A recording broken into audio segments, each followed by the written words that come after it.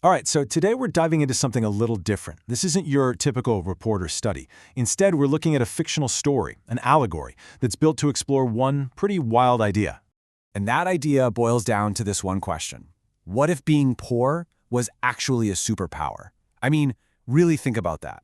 A world where saying you have no money isn't a problem, it's the solution. It's the key that unlocks absolutely everything.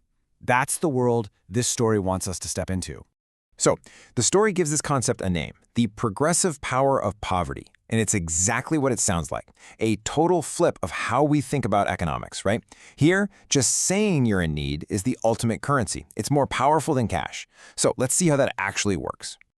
Okay, so our main character, our guide through this bizarre world, is a guy named Diesel. And we're going to follow him as he figures out how to use and, let's be honest, completely exploit this system for all it's worth.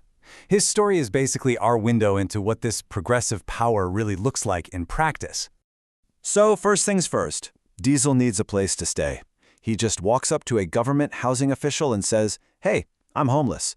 That's it. No forms, no waiting lists, no proof, just his word. And the response he gets is, well, it's not a spot at a shelter. It's a key to a fancy hotel room, with a pool, a gym, the works. The official even gives him earplugs because the other people with free rooms are always throwing parties. Now, there's this vague idea that he should eventually get a job and pay it back, but Diesel? Yeah, he's got zero plans to do that. All right, so he's got the luxury housing checked off. What's next? Healthcare. After kicking back for a few days, Diesel figures he could use a tune-up. So he just strolls into a hospital, same deal as before, and announces he's broke. And you guessed it, the response is immediate. The doctor says, no problem, and then asks if there's anything else he'd like done while he's there. So Diesel just goes for it. He asks for new knees, new shoulders, cancer treatment. Hey, how about a brand new heart? And boom, it's all approved. No questions, no wait list. The system just provides. So, he's feeling great, all fixed up. Naturally, he needs some new clothes to go with his new body parts. He hits up a fancy department store.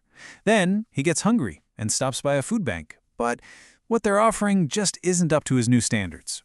And this is where things get even more wild. The clerk at the store practically apologizes for almost charging him and just hands him garbage bags to fill up. And at the food bank, he's not happy with the selection, so he just goes to a nice restaurant and demands a free meal, arguing that since he has no money, they have to serve him. It's the law of the land.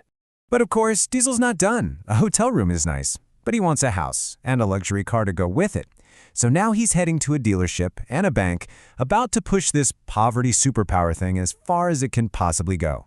So he gets to the bank, and there's a problem. They don't have enough money to lend him. Diesel's solution? He tells the banker, just make more money. Fake money. Then he lays out his master plan. A huge home loan, zero down payment, and hey, let's defer all payments for 5 years. Oh, and while we're at it, throw in a car loan and some high-limit credit cards with the same deal. And the banker, instead of laughing him out of the building, says he's a genius and signs off on the whole thing. Okay, so this is where the story hits fast forward. We jump ahead in time. Back in Diesel's day, you'd hear people complaining about prices going up, crime getting worse, all the signs of a society slowly falling apart. But now, years later, that slow decline is over. The fun, carefree world Diesel took advantage of? It's gone. It's been replaced by something much colder, much harsher. And this is where we meet our next character, Diesel's son. He didn't grow up in that world of endless freebies his dad had. No, he grew up in the aftermath. He's living in the world that got stuck with the bill. So the son tries to get a college loan, right? And he's shut down immediately. He says, but my dad's debts were all forgiven. And the counselor hits him with this perfect line. Forgiving a debt doesn't magically refill the cookie jar. The forgiveness didn't create new money, it just meant the old money was gone for good. And now, there's none left. And that's his life now. He's completely trapped. A huge chunk of his paycheck, triple taxed, goes straight to paying off his dad's old debts. And if he complains, they tell him, fine, the debt will just be passed on to your kids.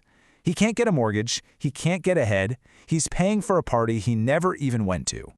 The difference between his life and his father's is just brutal. Remember how Diesel got a whole new body on demand? Well, his son gets a bad cut and goes to the hospital. And they tell him, sorry, we don't do free care anymore. Then they literally hand him a needle and thread and tell him to stitch himself up. It's the same story with just buying stuff. His dad got to fill garbage bags for free. The son, he lives in this high-tech surveillance state. He has an implant chip. The second he walks into a store, it gets scanned, and any money he has is just automatically taken to pay down that inherited debt.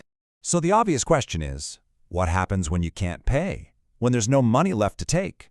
The son asks a clerk this exact question. And the answer the story gives, it's straight out of a sci-fi horror movie. There's no more forgiveness in this new world. Just a final consequence you can't escape. So let's pull back for a second. What's the point of all this? We have to remember this is a fable, right? It's not supposed to be a prediction. It's designed to take an idea and push it to its most extreme logical end. The whole point is the contrast. It's not meant to be subtle. You have the father's world of absolute entitlement, where everything is free for the taking. And then you have the son's world of absolute inherited responsibility, where he has to pay for it all. It's a story about cause and effect, just stretched out over a generation. And that's really the big takeaway here. The story uses this crazy, over-the-top scenario to ask a very real question, one that every society has to grapple with. It leaves you thinking, where is that line? The line between having a social safety net that helps people and creating a system that accidentally removes the incentive for personal responsibility. It's a tough question, and that's exactly what this whole cautionary tale is meant to make you think about.